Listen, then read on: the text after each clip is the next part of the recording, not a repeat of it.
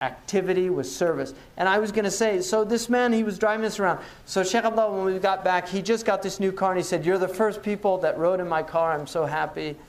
And I said, "Did you name the car?" And he said, "No," because the Prophet ﷺ used to name his things. He gave name. And part of naming a thing is honoring a thing. Because the reason things, even just having a name, I'll give you an example. Sheikh Khatri, when he was in California, he used to say to me, "What's that tree?" And I'd say, I don't know what that tree is. And he's like, "What's that tree?" I'd say, I don't know what that tree is. And he's, what do you call that tree? And I'd say, "That's a pine tree."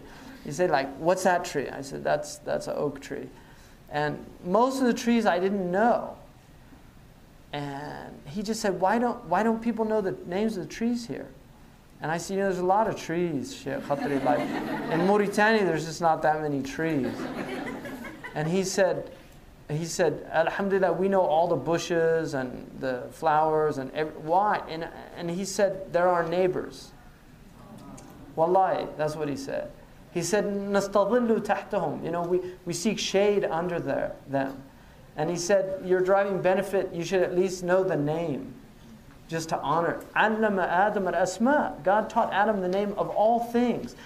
It's honoring a thing to know its name. And so the Prophet used to name his Ya'fur. We know his name, Ya'fur, Duldul. He had a donkey called Duldul, the mule. And we know Duldul. The Prophet rode him. It's amazing. We know his name. And I love that donkey. Wallahi. We know Qaswa, his camel, the she-camel that he had. He named things, sallallahu alayhi wasallam. And even his swords, he had names for them. His turban he named. He had a turban called Sahaba, the cloud. Because a cloud protects you from the sun. And his turban protecting him from the sun is honoring, because it benefits him. So things that benefit you, you honor them. We don't realize the relationship that things have to us.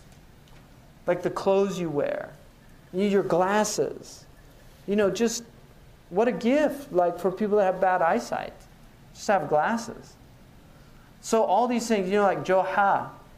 The man Joha. One night he screamed like Sarach. And his neighbor heard it. He got scared. And then it was silent. So in the morning he saw him. He said, "Joha, what happened?" He said, "My robe was up on the top of the closet, and it fell down, and I screamed." He said, "Why did you fall down? Why are you screaming when the robe fell down?" He said, "I was thinking about what it would have been like had I been in it." So we really don't think about just our things and the relationship that things have to us. And so the idea of naming things is a beautiful thing. The Prophet named everything that he had names for it. So I said, did you name it? And he said, no. He said, "What do you think?" And I said, Sheikh Abdullah. And Sheikh Abdullah said, "Al-Khadima," the servant. And with the niyyah that you serve the people that come visit the city of the Prophet sallallahu alaihi wasallam. Yeah. But that's love. They asked about the Prophet sallallahu alaihi wasallam, what was he like in his house? Aisha radhiyallahu anha, they asked her, "Kana fi mihnati ahlihi." He was in the menial tasks of his family. Mahin is like menial things. Kana fi mihnati ahli. She didn't say kana fi khidmati.